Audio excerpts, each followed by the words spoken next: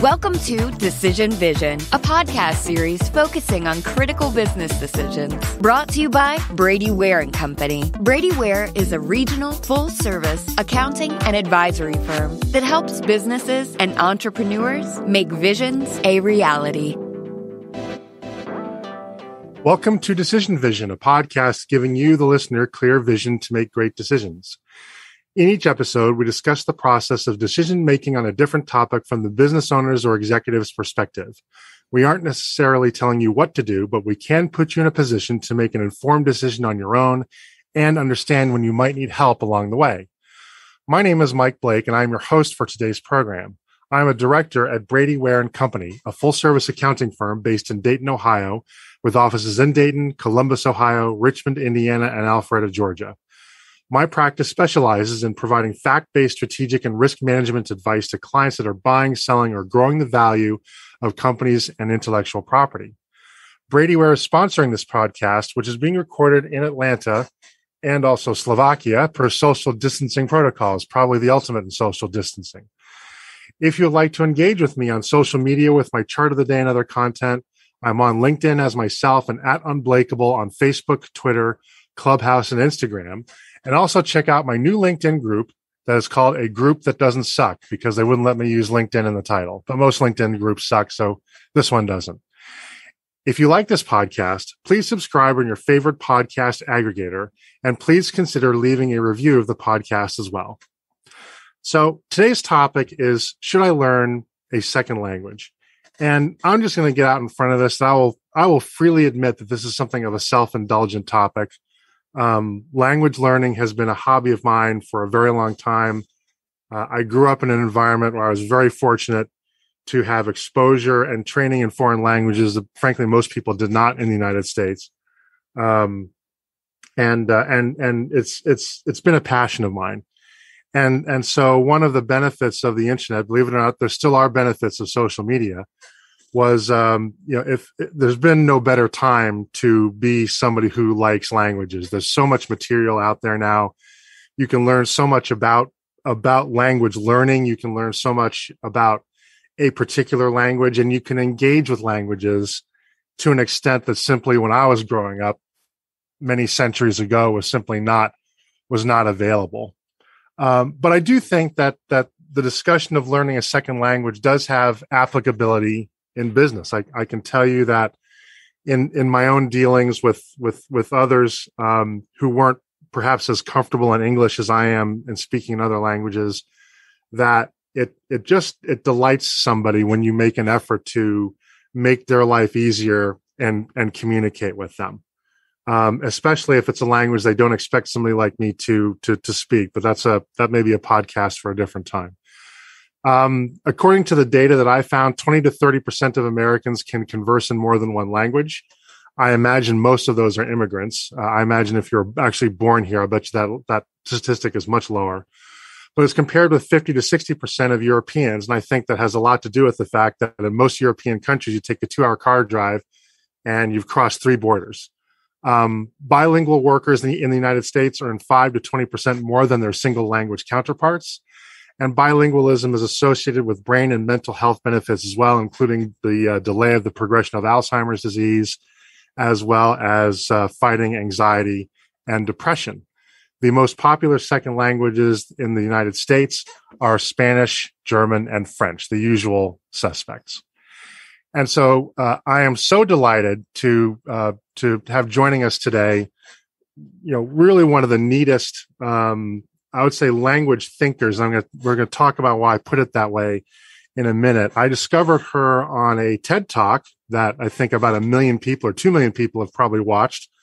So that's pretty darn good marketing, but also other YouTube videos that she's done, and not just about languages themselves, but the process of learning a language. And I think that's so important, because learning a language is a challenge, but I think it's often assigned a greater challenge than it necessarily needs to be. So joining us today from Slovakia is Dr. Lýdia Machová of Language Mentoring. Lydia is a polyglot from Slovakia who has learned 9 languages on her own without ever having lived abroad, which is hard to believe. Her English is just outstanding. She's better than mine. In 2016, she turned her language passion into a business and founded Language Mentoring, her own way of helping people learn any language by themselves using natural and fun methods known by polyglots. Formerly, Lydia worked as a professional conference interpreter and interpreted several high Slovak politicians, as well as international speakers such as Tony Robbins and Brian Tracy. She also organized the world's largest event for polyglots and language lovers called Polyglot Gathering, and that's on my bucket list to get over to Europe and do at some point. Her TED Talk has received more than 12 million views. I underestimated it by a factor of 10 within the first 2.5 years of being online. Language mentoring is Lydia's way of guiding anyone on their language learning journey, whether starting from scratch as a beginner or trying to achieve fluency in a language that's got rusty. The main pillars of Lydia's philosophy are having fun, having intensive contact with the language, using effective methods, and building a sustainable system in one's learning. The methods range from watching TV shows and listening to podcasts, through learning vocabulary using the gold list method to learn vocabulary, to talking to oneself in order to practice speaking. Lydia has already helped more than 10,000 people learn more than 30 languages. Dr. Lýdia Machová, welcome to the program. Thank you, Mike. I'm very happy to be here. So, there are lots of people who teach languages out there, but quite frankly, I don't know anybody that has branded themselves as a language mentor. So, tell our audience, tell me, what is a language mentor and how is that different from a language teacher? Right. So it's a term that I introduced when I started in 2016. I was looking for someone doing what I considered to be different from language teaching, helping people to learn languages, and no one was doing it at that time. So I said, okay, I'm going to call myself a language mentor. And basically, the biggest difference is that I don't teach anyone a language. I'm not a teacher, so I've never cover any grammar points with anyone. I don't test anyone's vocabulary. That's very different from what I do, because I teach people languages which I don't even speak, so to say. I help people learn any language by themselves. I always put a lot of stress on this, themselves. No one can ever teach you a language, give it to you on a platter. You need to spend some time with it. And I help people find the best methods and the best system to do it in a way which is enjoyable. So, and I'm going to approach this conversation from an American perspective because that's who I am and that's who most of our audience is, I think. And, I can tell you that among Americans who are not people who study languages a lot, they view people like us who are multilingual, especially those of us who are self-taught as opposed to having lived in a place where you learn 5 or 6 languages because that's the country you live in, like India or something. They think we're geniuses. Are you a genius? Are people like us geniuses because we've learned a couple of extra languages? Definitely not. I do not believe in that. Not any special talent or anything like that. We have a special knack. We like something that most people don't. I've always considered myself as someone who simply loves learning languages, and that's why I've spent a lot of time with them. But just like that, I could fancy gardening or computers or anything like that, and I would spend more time with it, and I would have results in that area, right? Yeah, doesn't it come to at the end of the day? And I know you emphasize fun in your approach to language learning. At the end of the day, doesn't a lot of it have to simply do with if you like doing something, you're more likely to devote more time with it, be more focused, as opposed to viewing it as a job or a chore where you're forcing yourself to have to do it. You don't like it, and therefore it's just not going to be as effective. Yeah, exactly. And I believe this is a really, really strong factor. And actually, that also answers the question why most people fail in language learning. Because when you look at the process that they have tried to learn the language, it's usually not much fun, is it? I mean, when we look at the school methods, I know I didn't enjoy learning languages at school using the traditional methods, but I have seen people now in my job as a language mentor, where this can really change. Because if you show someone a different approach to language learning, which can be fun for that person, suddenly they say, oh, why hasn't anyone told me this? For 15 years, I've been struggling to learn a language. I never enjoyed it, so I never had any results with it. Now that it's fun, it actually works. So yes, I think this actually applies generally to anything, not just language learning. And I think, I'm curious as to your opinion, but I think maybe that desire might be a little more important for foreign language learning, learning, you can use that term, than in many other fields of study, because when learning a foreign language, failure is a constant companion, right? Mistakes are a constant companion, and many of the mistakes are public, right? If I make a mistake in a math problem, nobody knows except for me and my teacher. If I make a mistake in a language, and I've made plenty of them that I wish I could have back, it's out there and it's public and it's socially embarrassing, and the human mind is hardwired to avoid those things, right? So doesn't that mean that there has to be kind of an extra incentive or an extra way to make it fun, to make it worth that vulnerability, to make it worth that the failure that is a necessary part of the learning? That's a very interesting take. And I agree. It is more embarrassing for people to make a mistake when learning French than when it is in learning math. But I'm thinking this, I think this really has to do with one's approach to making mistakes in general, in learning anything. And I believe this is a problem that the school system, again, has taught us. Making mistakes is bad because the teacher is there to test you. And if you fail the test, if you make a mistake, then you will get a lower grade, right? And that means that you are, let's say, in inverted commas, but you're worth less or something. That's what the students get, right? The feeling from it. So obviously, yes, they want to not do that because they don't want to get the bad grades and feel inferior in a way. And I believe this has to change in the mindset of anyone trying to learn a language. And just as you said, you need to embrace the fact that making mistakes, that is really what you want to do. Make as many mistakes as you can, because that's how you improve, right? If you don't practice, you will not make any mistakes, but you will not learn. So language learning really is a skill. It's a skill that needs to be trained. And just like any other skill, whether it's playing the piano or doing any sports or anything, when you start working with it, when you start doing it, you will definitely make many mistakes, but that's how you learn and you get better at it. So let's dive into, I think, what may be the most important question from a business perspective. And that is why learn a foreign language? And in particular, recognizing that I happen to be fortunate. I was born in a country where my native language is one that is effectively the global trade language, right? Someday it might be Mandarin, but for now it's English. And so a question that will come up here is, well, isn't everybody that matters going to speak English and they're going to speak it well enough? So why do I need to devote my time to this? What's the answer to that? Well, yes, you are lucky. If you were born speaking English, and that is currently the lingua franca, the international language, let's say, yes, you are lucky, and it's probably you are not that motivated to learn other languages. And I think that's okay for someone who doesn't come in contact with people from other cultures. If you're living in your little town and you don't interact with people online or live, and you plan to stay all your life in that English-speaking country, then yeah, it's okay. I don't think everyone needs to learn a language at all costs. Yep. But if you do interact with other cultures, then just like you said, it makes a huge difference if you show even a tiny bit of interest in the other person's culture, which definitely has to do with the language itself. So even if you learn some basics of a language, you can actually go to great lengths with that. But I'm a promoter of learning a language to fluency. So not just basics of many different languages to impress many people in a 2-minute conversation.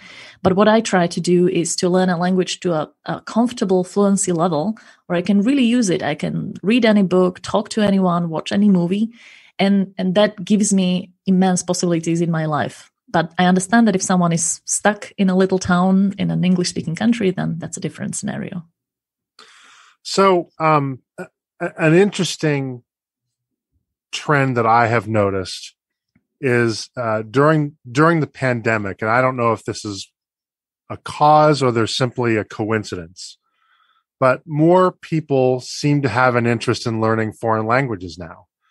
which I find ironic because the opportunity to travel was closed, making it less likely that you would encounter somebody where a foreign language would be useful.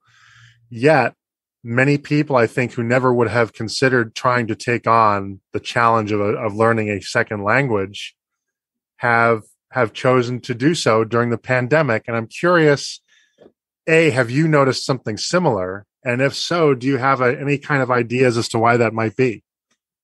Yes, I have noticed that.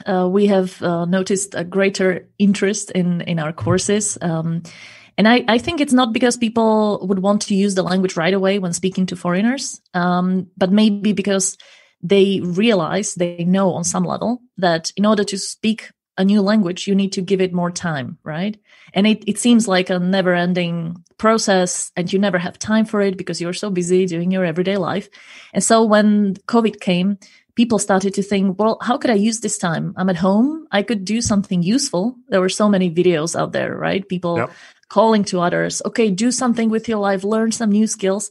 And I think for many people, the language has been probably on the back burner for some time.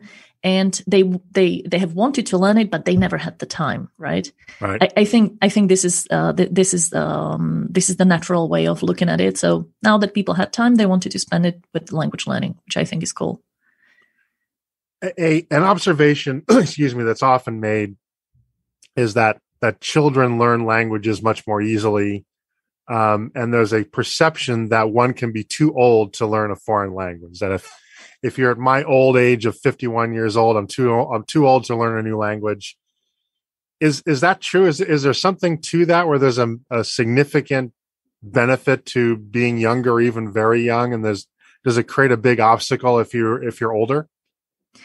It's definitely not true that someone is too old to learn a language, but it's a very convenient excuse, right? For people who have tried a little and they found, oh, this is quite difficult. Maybe I'm too old. Okay, I will keep telling everyone I'm too old to do that. And I don't have to explain myself why I don't speak other languages, right?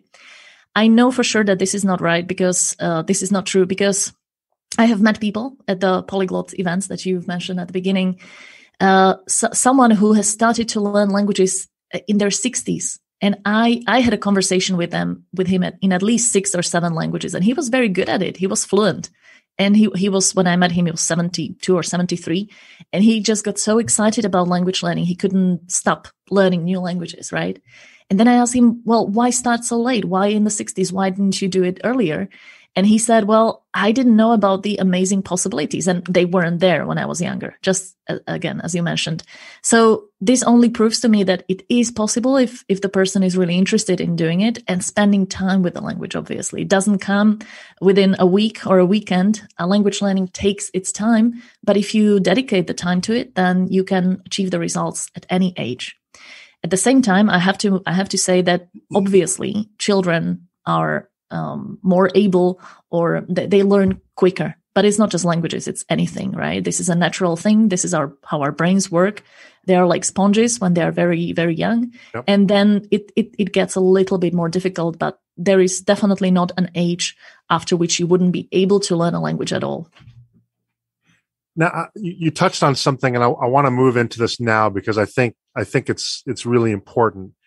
And that is, one of the things the internet and I believe social media has done is that it's made it possible to have an outlet for a language in a way that was not possible when I was studying languages at first in the 1980s, right? There might be 5-year-old magazines in the library and some old tapes or even records. Pimsleur came out on records initially. And a foreign language bookstore or something, but nothing on the order of today. Whereas one of the languages I'm learning now is Swedish, and I can walk out and I can use it today. I can engage on social media. I can listen to podcasts. I can watch anything that I want. And talk about that. That does the fact that we have the opportunity to engage in foreign languages, does that lead to a greater interest and even a greater benefit of learning a new language? I think so, yeah. I mean, I was born in 1989, so I cannot say how it was in the 80s or 70s learning a language.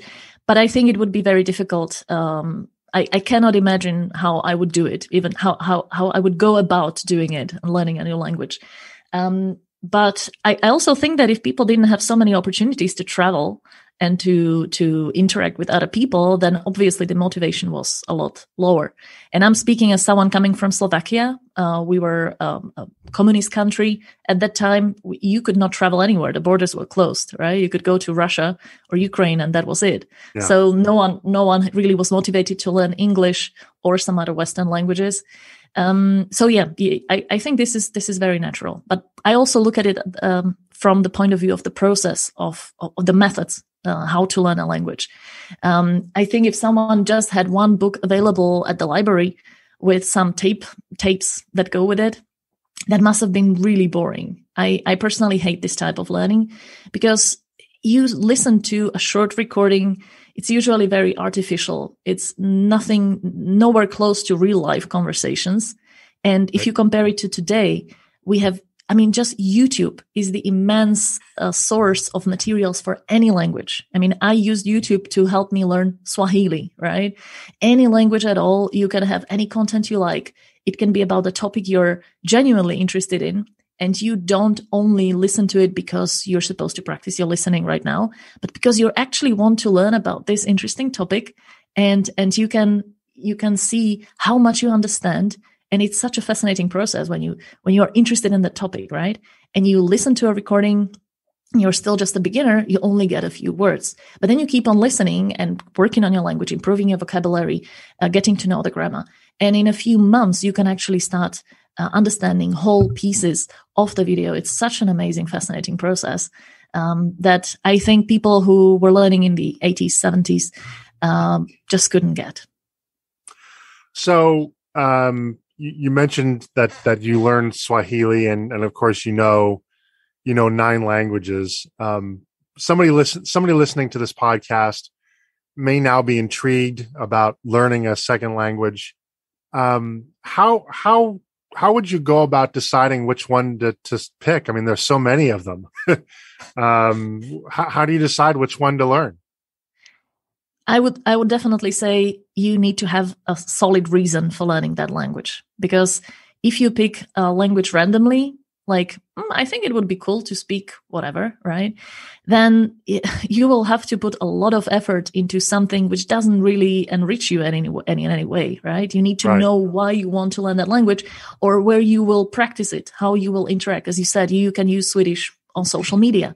It can be just a hobby of yours, so you don't need to necessarily have something to do with Sweden or the language that you want to learn. But you need to find it interesting to actually use the language in practice, because otherwise, why bother? Why learn the language at all? So I personally had a reason to learn all of my languages, and most of the reasons were traveling. For example, I really wanted to do the Trans-Siberian Express from Moscow to Mongolia. And I said, if I do this, I only want to communicate in Russian the whole time. I want to have a full experience, not be a tourist, smiling politely and hoping someone speaks English, right? I wanted to have genuine conversations with the locals. So I spent 2 years learning Russian, and then I took the trip, and it was the most amazing trip in my life. So yeah, definitely have a reason to learn a language. So if someone is listening to this and thinking, I might learn a language just because, I would actually say think twice or think, how would that language enrich you? And if you have a strong reason, I believe you can get it to fluency. If not, if it's just like, I can give it 3 minutes a day, well, that will not work. You will not learn a language with 3 minutes a day. So, I've never done the Trans-Siberian Railroad, but I lived over there for a number of years. That's another bucket list thing. Just has to be an amazing experience. But anyway, so you talk about fluency. Actually, there's one other question I want to ask before I get into that, and that is, in business, there may be something of a conflict in terms of which language to study. There may be a language that you want to study because it will help you in business, but that may not necessarily be a language that you're interested in because you have an interest in the culture or interested in other things that are connected with the language.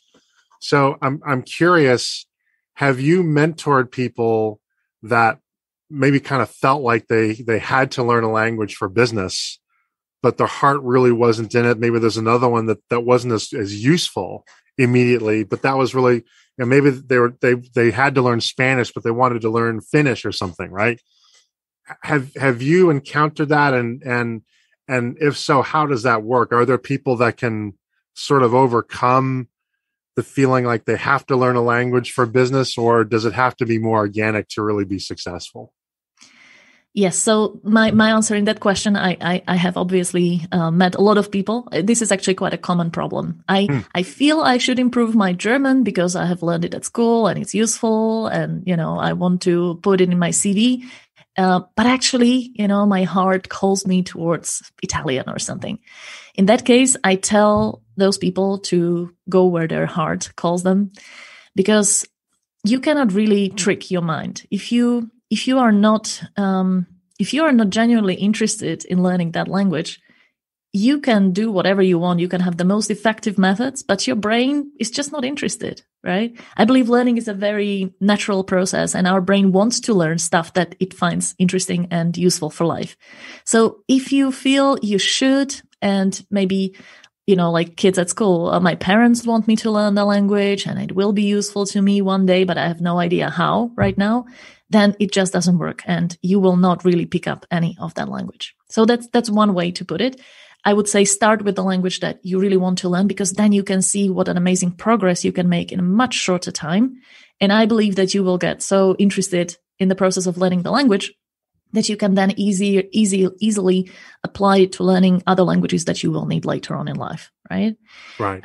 But also, if someone has a situation where they really need to learn that language, it would really help them, and they cannot quite get interested in that, I would say work on making it interesting for you. And I can use my own example. Speaking of German, that was my second language. So my first language was English when I was 11. And then we added another language when I was 15, German at school.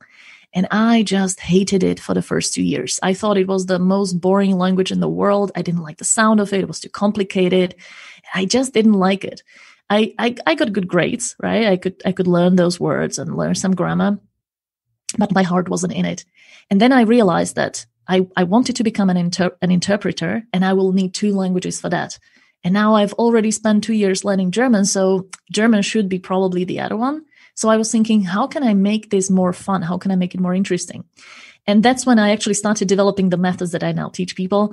And for example, with German, I started to watch German TV massively, half an hour every single day. And I didn't understand almost anything at the beginning, but I got into it. And then I started watching some sitcoms that were repeated on TV, and that got me interested.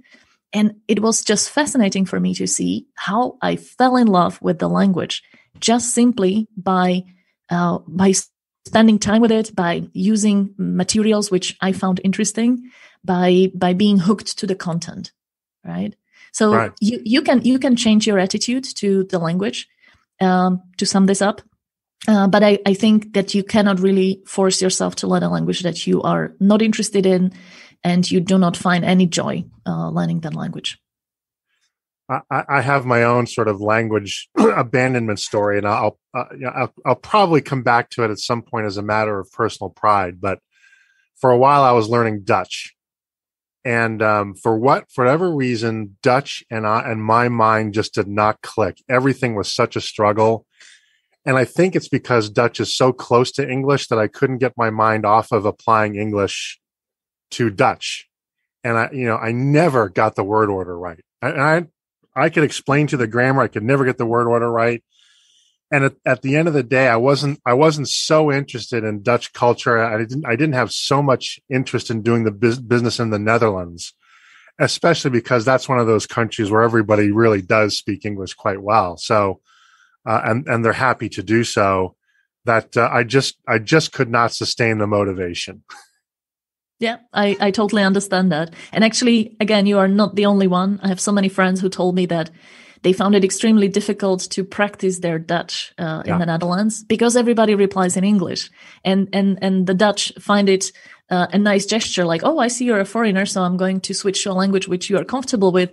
But then my friends, polyglots, wanted to practice the language, right? They came to the country to practice, and they felt really heartbroken. It's like, oh, is my Dutch so bad that you switch to English? But that's because it's so natural for them to switch to English, right? Yeah, the Scandinavians are the same way.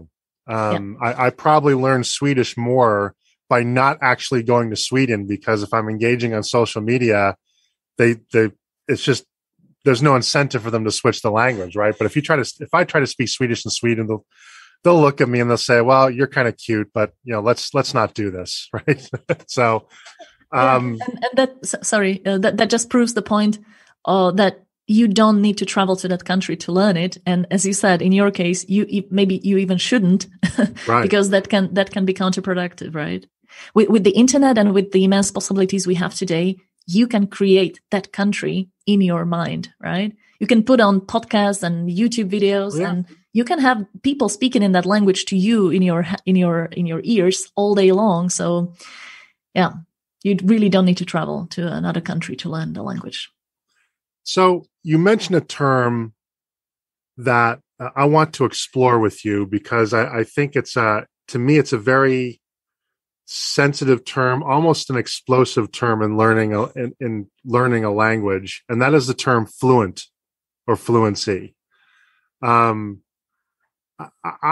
learned years ago, or I decided years ago, I was never going to tell somebody I was fluent in a language, because somebody will always come along that knows it better than I do, and it served no useful purpose for me. And so I tend to use the term I'm comfortable in a language, or I can generally speak it without a translator, unless it's something that, if I were representing the United States in a nuclear arms discussion with Russia, I would have a translator regardless. It's too important to miss that, right? Even though there's nothing I couldn't do in that language if I wanted to. But fluency, the first question I receive if it comes up that I've learned a language are you fluent? How fluent are you? I'm not even sure you can say how fluent are you, right? It's sort of how pregnant are you? So I'd like you to comment on how you see the word fluency. What does it mean to you? And do you sort of have do you have a similar experience with the word, that it can be almost a dangerous word in learning languages, the term fluency? That's a very good question, and I really love this metaphor about how pregnant are you. Actually, I think we can explain this using this metaphor, because with language fluency, just like you said, there is we kind of tend to think about it that there is this highest level of speaking that language, and if you're not there yet, you shouldn't call yourself fluent, right? You shouldn't tell other people that you know this language already. Right. But this is just like with a pregnant woman. Well, is a woman pregnant when she's 1 hour before giving birth? Probably not, right? You see her with a belly, so you will say that she's pregnant even earlier. But in the first 3 months or 4, she doesn't really show. So, right? This is really quite similar to learning a language. So, when the belly starts showing, coming back to this metaphor, that's when you are gaining fluency. And I believe there is a certain level when you are really comfortable using that language, although you are still making mistakes. And this is perfectly fine. Fluency doesn't mean that you don't make any mistakes, that you know every word and you understand everything. For me personally, this is my definition of it. It means that you can easily have a conversation with a native speaker of that language. And it is not unpleasant or painful for the other person to have this conversation with you. Because a native speaker can have a conversation with a beginner and be very patient, right? But needs to be very careful about how to express themselves and what words to use. And then this learner will ask them, well, can you please repeat it? Can you say it in a simpler way? This is not a very natural and nice conversation to have, right? So I personally try to achieve the level where I can have a nice fluent conversation, and I can read stuff in that language which was meant for native speakers. So not some simplified text, but normal textbooks, usually nonfiction, that that is understandable to native speakers, if I can understand it, if I can read the book and it's not painful for me, it's actually enjoyable. That's how I know that, okay, I got to this level and I can now use the language in practice. Right. Right. So in Europe, of course, as you know, but our listeners may not, there's a testing system to determine your level of facility with a language, A1, A2, et cetera. I forget what it's called, but I know it goes all the way up to C2 is my understanding. In your mind, what is your experience with that system, and how valid is it as a measurement of your command of a particular language? Right. I believe it's quite unfortunate, actually. Okay. It's called the European Framework of Reference for Language Learning, and it's very heavily used in here in Europe. So if you ask someone in the street, they will tell you, "Oh, my French is a B1, and I've got a certificate of B2." But again, it's unfortunate because it kind of gives you the idea that what you want to achieve is the highest level, the C2. That's when you can say that you can stop learning the language and you don't need to work on it anymore, right? So just to clarify, there are 6 levels, A1, A2. This is beginners, just basics in the language. Then we have B1 and B2. This is intermediate. And then we have C1 and C2. But what most people don't really know is that C1 and C2 levels are for people who want to use the language professionally. That's for translators, interpreters, language teachers. You do not need to be a C-level speaker in order to use the language comfortably. So getting back to the metaphor, fluency level, that's what I would call a B2. And I have a nicer metaphor maybe to explain this. Have you seen the movie Castaway with Tom Hanks? I'm familiar with it, yes. Okay, so he gets stuck on an island, right? And I hope I don't make any spoilers here, but he tries to get away from the island, and he fails several times. He builds a little raft, and he cannot get across the last wave because the waves further away from the island are bigger and bigger, and they always kind of drag him back, right? So he stays there for a long time.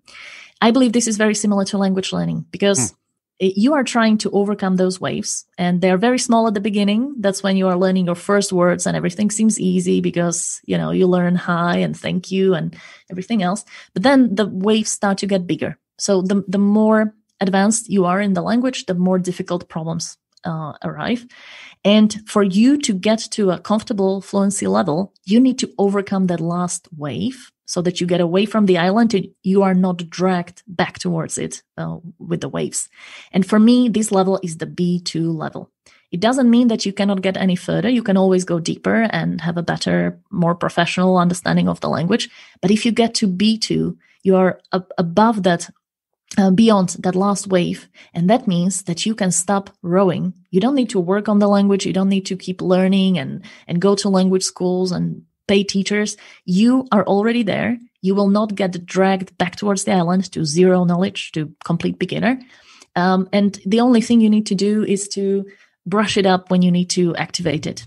So you can afford not to use the language even for several years. And then when the occasion comes, you will say, okay, give me a weekend or a week or maybe a month, and I will get back into the language and I'm back on that fluent level. This, I believe, is something that most people don't know. And that's why they try to either get to C2 or they think that they don't speak the language yet. But this is just like with the pregnant woman, right? You are pregnant even when you are not 1 hour before giving birth. I like that. I like that wave analogy. It takes me back to my Russian experience. I had the very good fortune to start learning Russian in high school, believe it or not, and then through college. But then I got a job I studied in Moscow, and then I got a job in Minsk. And the first 3 months that I was there, I realized that my school Russian was not going to be enough. And in a place like Minsk, nobody spoke English whatsoever. I either spoke or starved. And I remember for the first 3 months, I was in bed by 7 o'clock because I was so exhausted from learning the language on the flying, because I was translating. I didn't have the brain pathways that I was speaking it as a language. I was translating in real time all the time. And then there was one day where I crossed that wave. and I don't know exactly when the day was, but there did come a time when I realized I was now thinking in that language. That was now, in that time was a third language, and it was no longer that kind of effort. But I never thought of it in that metaphor. So I may borrow that. Please do. Yeah. I think it explains it well, because you don't need to achieve the highest point of a mountain or something, right? But you get to that level. And I'm sure that it was a great feeling for you when you woke up that day and you realized, wow, I can speak Russian. It's an amazing feeling, isn't it? It was actually a great day when I realized I got home from work and I didn't want to go to bed right away. That was the big thing. So it's interesting. So your definition of fluency then, I think is very important, because I think there's a belief that if you don't achieve sort of your level of fluency, where you're a professional linguist, right? You're a professional translator, that therefore that you failed. But in point of fact, and again, this gets into what's your definition of fluent, comfort level, whatever, you can still get a lot done in a language without achieving that level, right? I think the statistic I saw was that if you learn 2,000 words in a target language, you can engage in 80% of what you need to engage with. And then if it's 10,000 words, about 95%, which isn't that much if you pick the right words, right? So, is that kind of what you teach your clients, that it's not about knowing every word, because even native speakers make mistakes. A lot of Russians don't fully know all the grammar rules with all the declensions and so forth. Is that what you teach them, to sort of set their expectations at a realistic level? Yes. And I think that many people don't even know that there is, as you say, an attainable level that will not take you ages. We are used to, at least in Europe, we are used to learning languages all our lives. And most of the people I meet here, they will say, oh, Lydia, I've been learning English for 15 years. I still cannot speak it. What does that tell me? It tells me I'm obviously not talented. It tells me I obviously cannot learn a language because I've been trying for 15 years. But then when we dig a little deeper, we realize that, well, what were the methods? How did you enjoy that process? How much time did you really spend? Because if someone goes to a lesson once a week and there are 10 people in the classroom, and then they spend one lesson reading, another one learning grammar, and then they speak every fifth lesson and they say 2 sentences. Well, no wonder you don't speak the language, because you haven't practiced the skill of speaking, right? So this is one problem, that people feel that they have been learning the language forever and they still don't have the results.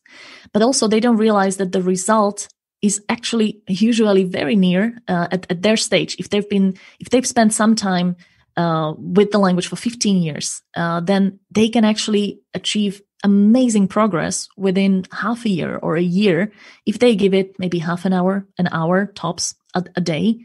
And they can actually get to that fluent level and stop learning. You don't need to keep on learning forever. So it actually saves you time, right? Rather than if you decide to give it a little bit of your time, one hour, one lesson a week for 15 years, and you feel you will never ever get there. It's a huge difference. So yeah, people don't usually know about this comfortable fluency. I'm really glad you brought that up, because I think that point is so smart. Because when you look at it, if we tried to learn any skill, could be computers, it could be making shoes. If the only exposure we had to it was 1 hour of lecture a week and hands-on experience of five minutes, right, a week, you'd never make very good shoes. You'd never be very good with computers either. So there's no reason it should be different with a language. And I want to kind of pause on this a little bit, because, and you've mentioned this before, that people say they're too busy to learn languages.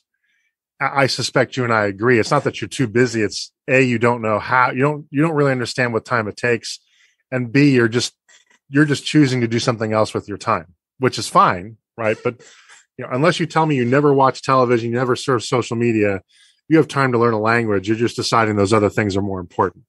Exactly. But and there's a common I think, misconception, and I think you agree, but please tell me if you don't, that the only way that you can, sorry, I was going to say the bad word, that you can learn a language well is through immersion, that you have to live in that country, or you have to be in our U.S. military Monterey school, which is really good, or a 3-month, live on a farm for 3 months where they only speak Egyptian or something. But that's not really true, is it? No, definitely not. And I believe it's so comfortable for people to think of language learning in this way, because it is easy, right? It's like, hey, here's my money. Come and teach me, or bring me to your course where you will give me exactly the right material I need to have every day, and walk me through your process. And after 3 months, I speak the language, right? I think that people like to approach it in this way. You need to travel because they want to maybe get rid of the responsibility for learning, right? Obviously, it helps. I mean, if you can immerse yourself in the language by going live in the country, or being around the native speakers of that language, that's awesome. Use it. Use those opportunities. But you don't have to in order to learn the language. And I know so many people, and actually I'm an example of that too, that you don't have to do it, because you, as I said, you can create that environment, that language environment, in your headphones, on your computer. You can look out for those opportunities to talk to people with today's international world. Even for me, living in Slovakia, it's very easy to find native speakers speaking French or Spanish or Polish here in Bratislava, right? So however you decide to approach this, make sure you find the right opportunities to practice the language, and you can absolutely do it if you take the responsibility for doing this by yourself, right? What in your mind is the most common mistake people make when setting out to learn a language? Well, it boils down to this responsibility again. They look for external resources that will feed them the language, spoon feed them, right? They want a ready-made solution, a shortcut, something that will not cost them any energy, any time. They are willing to pay money, but just do it quick, right?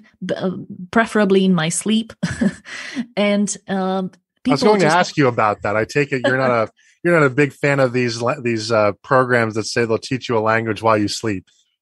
Well, I won't say that they don't work, but I haven't found one that works yet. If someone comes and convinces me that this works, I'm very happy. I believe that technology has still to bring us a lot of inventions, amazing inventions, which will probably change even language learning.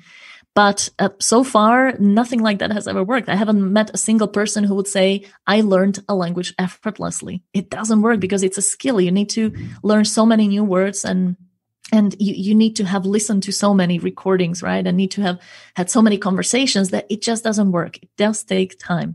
So most people realize this, and they want the shortcut. And usually they look for the easiest solutions. So they download an app, right? There are many very popular apps, and they just want to give it this 5 minutes a day, and they expect that this is how to learn a language, but it's just not enough. It cannot work like that. So I believe this is the biggest problem: taking responsibility for the learning and approaching language learning as a skill that requires some time. We're talking with Dr. Lýdia Machová of Language Mentoring, and the topic is, should I learn a second language? Just a few more questions, because our time is nearly up. But I did want to. You just touched on something I want to ask you. What is your opinion of all these new apps that are out? The Duolingos, the Memorizes, the Beans of the world. Maybe even Rosetta Stone gets lumped into that. How useful are they as a language learning tool? I believe they are useful, and I'm personally also a fan of them, but I take them as a nice, playful addition to my language learning, because I believe it's very difficult for an app like this to cover all of the language skills that you need to learn. So if I only put words to pictures within the app, or I only repeat some phrases, I'm not forced to really think about some words and say them to create content in the language. it cannot help me to learn to speak. There is no process in this app that can help me to speak, because the only way to learn to speak a language is to practice speaking it, right? So these people expect that just by being playful with the language and playing with the words, they will somehow magically learn to speak the language. I don't get it, how it should be even possible. I don't expect this from the app because I know I'm not practicing that, right? So I'm not opposed to the idea. I think they're a great gateway to learning languages. And I like it when people get excited, and they're very addictive. Let's face it. They are built to be addictive, right? Yep. And I've myself have been hooked on Duolingo and Memrise and all of these apps, but I've always realized that this is a very nice game, right? To be in contact with the language, but I need to work on the language elsewhere too, if I want to really speak it. If I just want to kind of dabble in it and learn a few phrases to use on my holiday, then they're the perfect solution. Go for that, use them, and go on holiday and impress the native speakers, right? But if you want to actually use the language, learn it, know it, be beyond that last wave, be fluent in it, the apps will never be enough. At least not the ones that we have so far. I haven't seen an app which would cover all that. I think I agree with that. I mean, I've found Duolingo. I tend to use Duolingo and Memrise, and to me, they're a good start. But I quickly found that if I wanted to achieve the level of comfort that I wanted to achieve, I needed to have an actual textbook in front of me where I could see how the language is structured. And I've also found a word frequency dictionary to be helpful. As well as flashcards. Of course, that everything's different for other people. In your system, and I hope I'm not asking you to give away too much intellectual property, but when somebody sets out to learn a language, and maybe they did start with Duolingo, but they realize that Duolingo can only take them so far, what other tools does a person need to have in order to be successful? Right. At the very beginning, I agree that a textbook is a must. I've known a lot of other courses. I tried learning some of my languages with them so that I can test different resources and different materials. But at some point, I agree that in order to really understand the language and start understanding the nuances and the differences and why does it work like this, you need to have certain textbook material, right?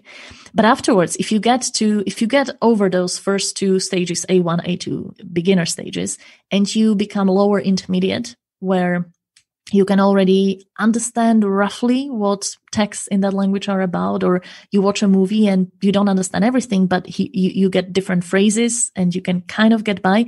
That's when it starts getting really interesting, because that's when you can use immense resources online and you can start choosing them according to the topics you enjoy. So that's when you can introduce podcasts and start reading books. You can start with simplified books or bilingual books. There are hundreds and thousands of them online available. And you can pick materials that you're interested in and then spend time with them systematically so that you can acquire new vocabulary and understand more of the grammar, and also gradually start speaking, practicing the output as well. So just a couple more questions before you go. I'd like to talk about the word polyglot, because I at least in the English language, I can't speak for other languages, but the term polyglot has almost a magical meaning in a way. Probably too magical, if I'm honest about it.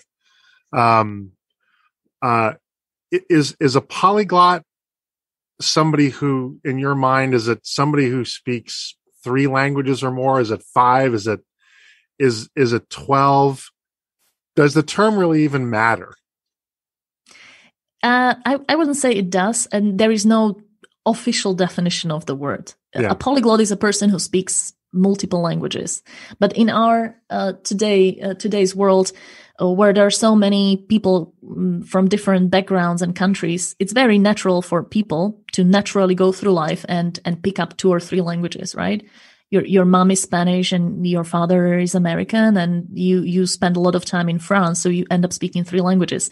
But I believe polyglot is really someone who enjoys the process of learning new languages and learns them also for pleasure. So it's not that you picked up the languages because you had an international life or your dad was a diplomat or something, but because you are truly interested in the language, right? So I see polyglots more as people who take language learning as a hobby. Okay, yeah, I think that's right. I like that definition, and maybe it's no different than somebody who just learned as a musician who learns different instruments. Right? Maybe someone plays the guitar and the piano, and that's just what they decided to do. Lydia, this has been a fun conversation. I could talk to you for hours, but I know it's Friday evening where you are. So I want to be, of course, respectful of your time. There are probably questions we didn't get to that a listener would like to know about, or maybe a question we didn't go into as much detail on. If a listener wants to contact you to find out more about this topic or maybe take advantage of your expertise, can they do so, and what's the best way to do that? Yeah, I would be happy to. So you can find me at languagementoring.com, and we are on social media as well, Facebook, Instagram. You can watch some YouTube videos. I have some lectures and presentations in polyglot events, also findable on YouTube. So yeah, language mentoring is the term. That's going to wrap it up for today's program. I'd like to thank Dr. Lýdia Machová so much for sharing her expertise with us. We'll be exploring a new topic each week, so please tune in so that when you're faced with your next business decision, you have clear vision when making it.